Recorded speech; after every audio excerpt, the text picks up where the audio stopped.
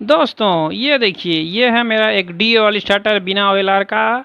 अब मैं इसमें सबसे पहले मैं आपको कंट्रोल ऑन करके दिखाता हूँ। ये देखिए, जैसे ही कंट्रोल ऑन किया, ये देखिए मेरा ऑफ का इंडिकेशन जला। अब ये देखिए, जैसे ही मैं स्टार्ट बटन दबाऊंगा, ये देखिए मेरा मोटर ऑन हुआ, ऑन का इंडिकेशन जला, कॉन्टैक्टर होल्ड हुआ। उसके लिए मैंने ये लैंप रखा, ये देखिए ऑफ ऑन ऑफ ऑन। और अब इसमें मैं करने वाला हूँ प्रॉब्लम।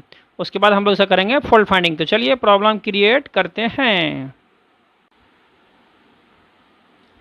तो चलिए, अब इसमें प्रॉब्लम क्रिएट हो चुका है। ये देखिए, सबसे पहले मैं इसको कंट्रोल ऑन कर रहा हूँ। यहाँ देखिए मेरा बिल्कुल इंडिकेशन जला।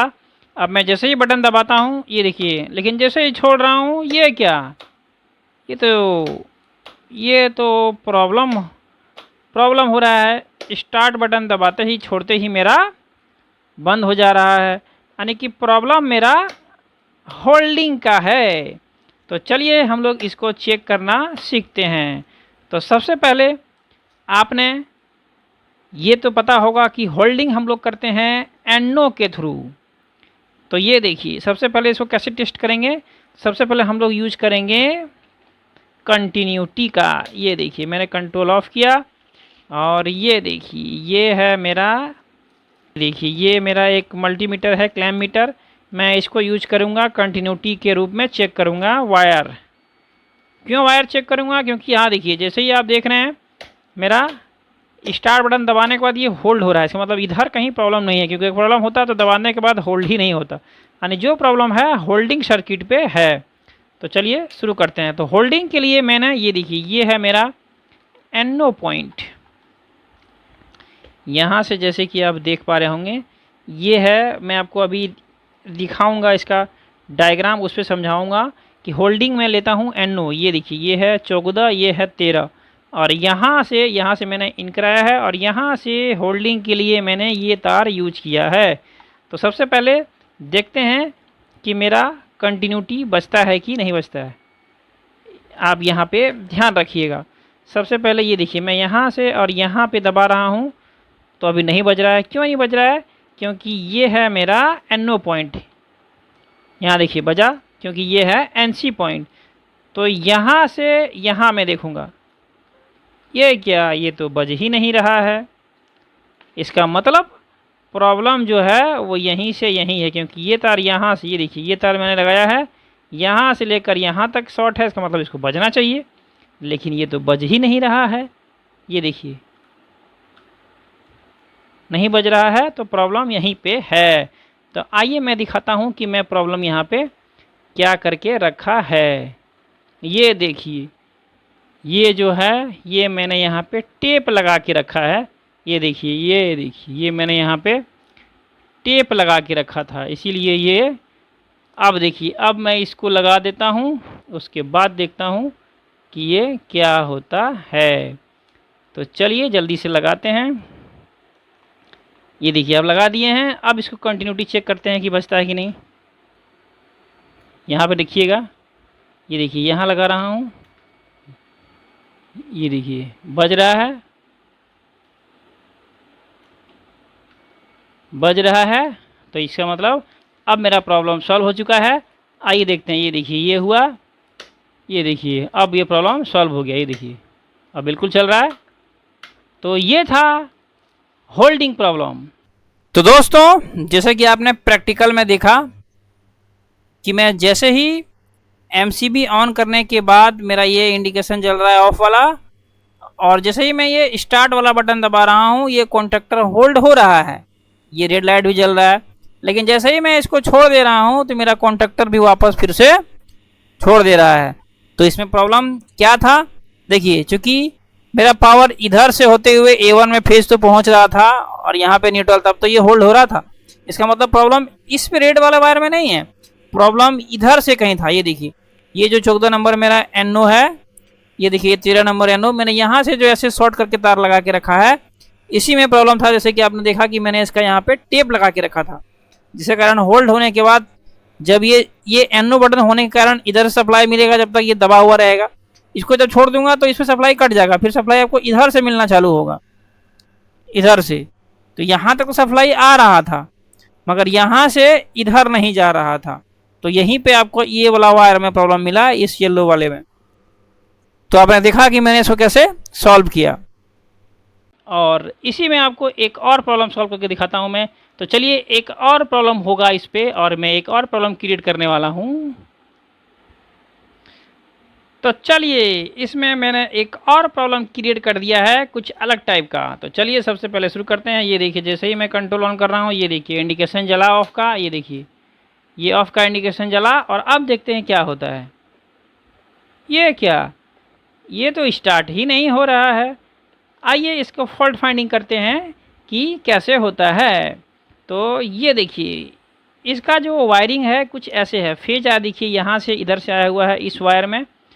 तो सबसे पहले मल्टीमीटर से वोल्टेज चेक करते हैं। मल्टीमीटर से मैं सिखाता हूँ आपको। ये देखिए मैंने इसको लगाया है, सेट किया है, एसी नापेंगे इसी। तो चलिए शुरू करते हैं कि मेरा, आप उसके रीडिंग पे देखिएगा। ये देखिए मल्टीमीटर का एक प्रोब मैंने लगाया न्यूट्रल पे और दूसरा फेज पे। यहाँ देखिए, हाँ यहाँ तो वोल्टेज, हाँ ये देखिए वोल्टेज यहाँ पे आ रहा है। और ये तार कहाँ पे आया है, स्टॉप पे। तो आइए देखते हैं कि मेरा इधर वोल्टेज पहुँच रहा है कि नहीं। ये देखिए आप इस मल्टीमीटर की रीडिंग पे ध्यान रखिएगा। एक मैं न्यूट्रल पे ही लगा के रखता हूँ, दूसरा मेरा यहाँ पे आया हुआ है। यहाँ देखिए इस पे भी रीडिंग शो कर रहा है। ये देखिए कर रहा है 209। आगे देखते हैं, इससे आगे गया है, यहाँ भी कर रहा है। यहाँ देखिए ये भी 209 है। और यहाँ से आया है इस पे भी रीडिंग शो कर रहा है। ये देखिए कर रहा है। तो अब क्या है कि यहाँ तक तो मेरा फेज आ रहा है। आइए अब थोड़ा टेस्टर से भी देखते हैं। ये देखिए टेस्टर बिल्कुल जल रहा है। ये देखिए जल रहा है, ये देखिए जल रहा है, देखिए जला जला जला। अब यहाँ देखते हैं, यहाँ पे देखिए अभी नहीं जल रहा है, लेकिन जैसे मैं दबाऊँगा ये देखिए दबाने के बाद तो जल रहा है, दबाने के बाद जल रहा है। और ये तार मेरा आया हुआ है इस पे। तो आइए इसी तार को कंटिन्यूटी लगा के चेक करते हैं। कंटिन्यूटी के लिए सबसे पहले पावर ज़रूर ऑफ करिएगा। चलिए मैं इसको कंटिन्यूटी पे लगाता हूँ। ये देखिए यहाँ से तार निकल के यहाँ आया है, ये बज रहा है। अब यही तार मेरा यहाँ पे आया हुआ है। ये क्या, ये तो बज ही नहीं रहा है। इसका मतलब कहीं ना कहीं प्रॉब्लम इसी वायर में है, क्योंकि ये कंटिन्यूटी नहीं बजा। तो आइए मैं आपको दिखाता हूँ कि मैंने यहाँ पे क्या करके रखा हुआ है। इस वायर को मैं अभी खोल रहा हूँ। ये देखिए जैसे ही मैंने ये वायर खोजा, ये क्या, ये तो मैंने छीला ही नहीं है। ये देखिए इसका इंसुलेशन हटाया ही नहीं है। तो कहाँ से यहाँ से सप्लाई आगे जाएगा। तो चलिए इसी का इंसुलेशन हटा के और मैं आपको अब कंटिन्यूटी दिखाता हूँ। ये देखिए, आइए पहले कंटिन्यूटी सुनते हैं कि मेरा काम हुआ या नहीं हुआ। ये देखिए बजा। अब देखिए एक यहाँ रखूँगा और एक इस पे, ये देखिए बजा।